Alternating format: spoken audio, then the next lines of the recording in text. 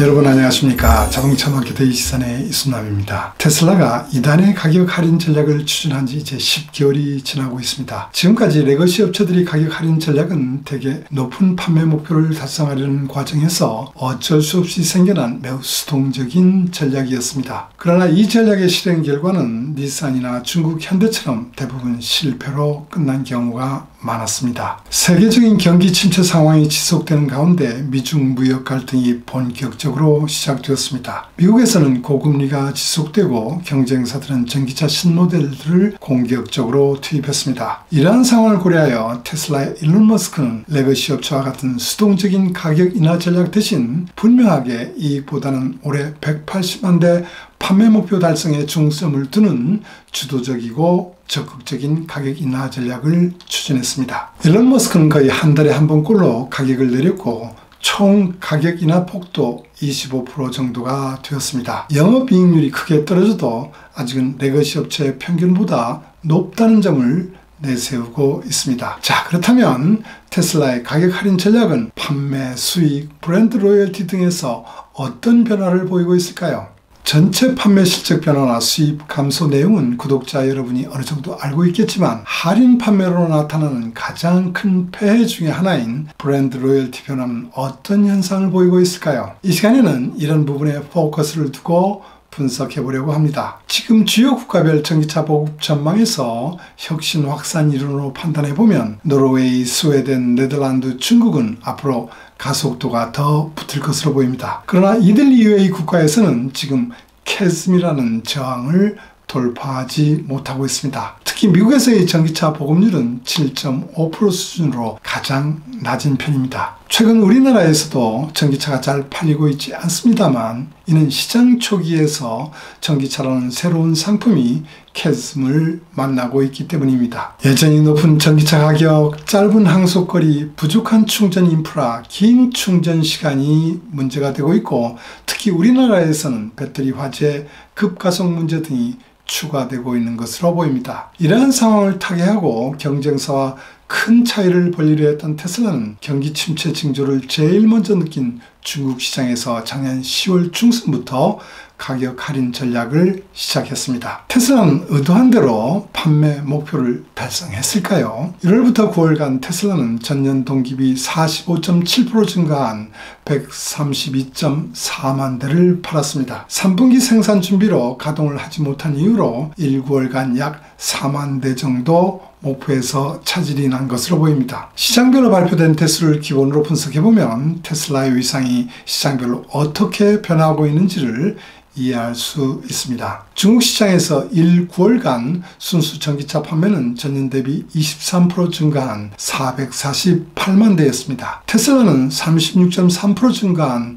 43만 3,700대를 판매하면서 선방했다고 말할 수 있지만 전기차 판매 1위인 BYD의 80% 성장률에 비하면 매우 낮은 편이라고 할 수 있습니다. 테슬라에게 특히 이슈가 되고 있는 것은 모델 3의 판매입니다. NEV 판매 탑 10에 들어있던 모델 3는 10만에서 20만 위안대의 중국 로컬 NEV 공세로 10위권 밖으로 밀려났습니다. 모델 3의 페이스리프트 모델이 왜 중국에서 먼저 런칭되었는지를 이해할 수 있는 대목입니다. 또한 25,000달러 대중 전기차를 서두르지 않으면 마켓슈어는 계속 떨어질 것으로 보입니다. 유럽은 어떨까요? 유럽의 전기차 판매는 전년 동기비 46.9% 증가한 147만 대였습니다. 자동차 그룹별로 보면 아우디, 포르쉐, 폭스바겐, 스코다, 시아트, 쿠프라를 거느린 폭스바겐 그룹이 27개 전기차 모델로 판매하면서 4개 모델을 운영하는 테슬라를 제치고 1위를 했습니다. 그러나 성장률 면에서는 중국 업체들과 함께 테슬라가 압도적입니다. 또한 브랜드별로는 폭스바겐 브랜드의 10만 대 정도 앞서고 있습니다. 탑10 판매 순위에서도 모델 Y와 모델 3는 각각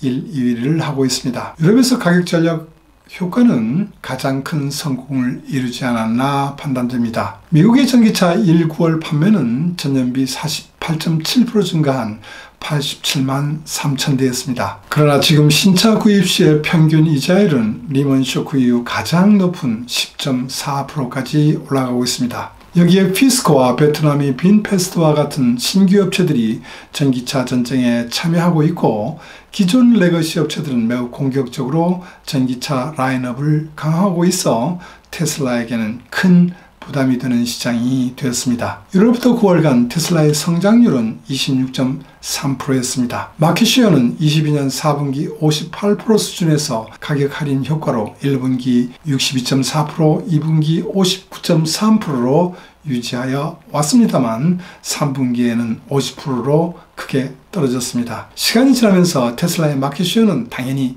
감소할 것입니다. 테슬라에서는 3분기 공장 생산 준비 문제로 판매가 부진했다고 하지만 경쟁사 전기차 판매 증가와 신차 투입 효과에 의한 마켓시어 감소가 크다고 분석됩니다. 가격 할인 전략으로 가장 효과를 본 차종은 모델 Y입니다. 모델 Y는 연방과 주 정부의 인센티브까지 받게 되면 콜로라도주 같은 데에서는 31,490달러에 살 수 있을 정도가 되었습니다. 모델 3 판매 가격도 대폭으로 인하되었습니다만 3분기 판매는 전년 동기 대비 감소했습니다. 페이스리프트 모델이 도입되면 어느 정도 호전될 것으로 보입니다만 미국에서의 세단 판매 비율이 전체 시장의 20% 정도밖에 안 되기 때문에 크게 성장하기는 어려울 것으로 보입니다. 문제는 모델 S와 모델 X의 판매 부진이라고 할 수 있습니다. 럭셔리 브랜드의 승용 세단 전기차 판매는 전반적으로 부진한 편이라고 할 수 있습니다. 테슬라는 10만 달러 이상 하던 모델 S의 가격을 7만 5천 달러 이하로 낮췄지만 모델 노아와 연계되어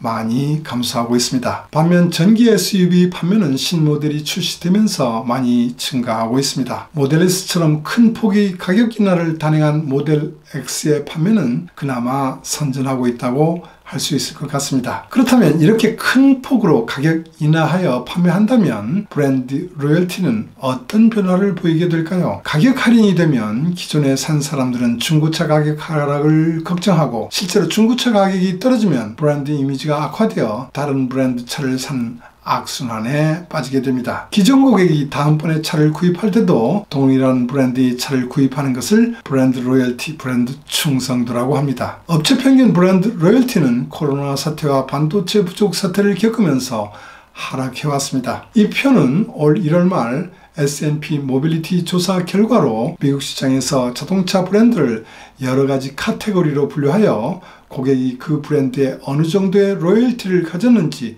또는 어느 정도 이탈하는지를 보여줍니다. 테슬라는 현재 노마드라고 불리는 차량 구입 예정자를 로열 고객으로 만드는데 크게 성공해왔습니다. 테슬라는 초기 구입자 중 83%의 고객을 유지하고 있어 그 아래에 있는 집이나 램 브랜드보다 훨씬 높습니다. 테슬라의 one and down, 즉 한 번 구입 후 다른 브랜드로 바꿔 타는 비율은 39%로 수바루의 50%보다도 낮습니다. 럭셔리 브랜드인 아우디의 70%와 비교하면 엄청난 숫자라고 할 수 있습니다. BMW, 현대, 집, 기아, 수바루는 노마드를 로열 고객으로 만드는데 성공하면서 안정적인 성장을 하는 브랜드라고 할 수 있습니다. 반면 벤츠, 아우디, 폭스바겐 등의 구입자들은 한 번 구입 후 다른 브랜드로 이동하는 경향이 타 자동차 업체보다 큰 편입니다. 토요타, 혼다, GM, 포드는 새로운 고객들을 획득하기는 좀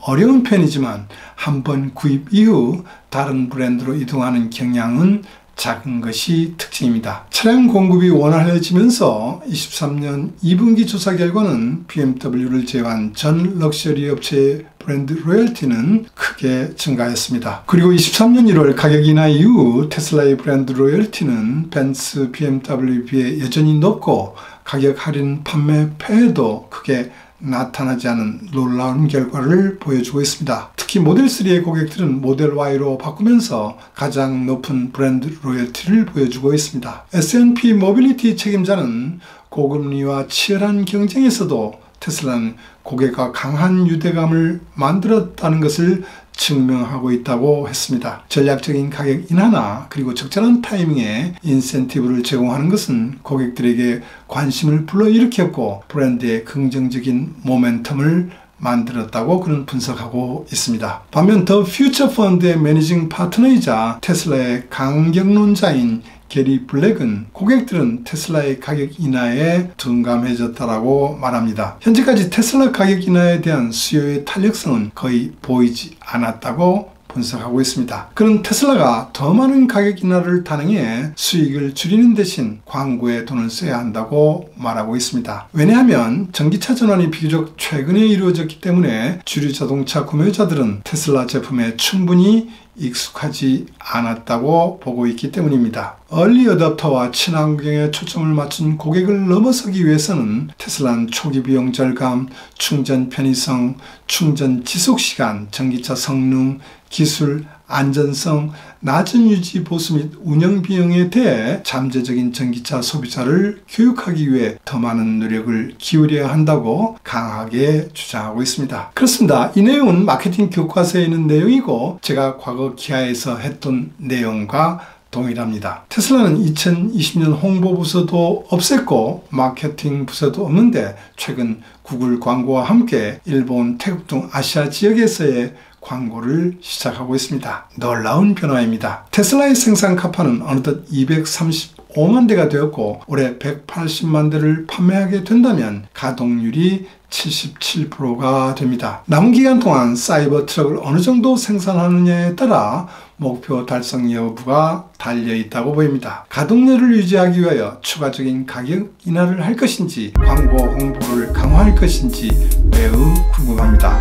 여러분의 의견은 어떠하신지요?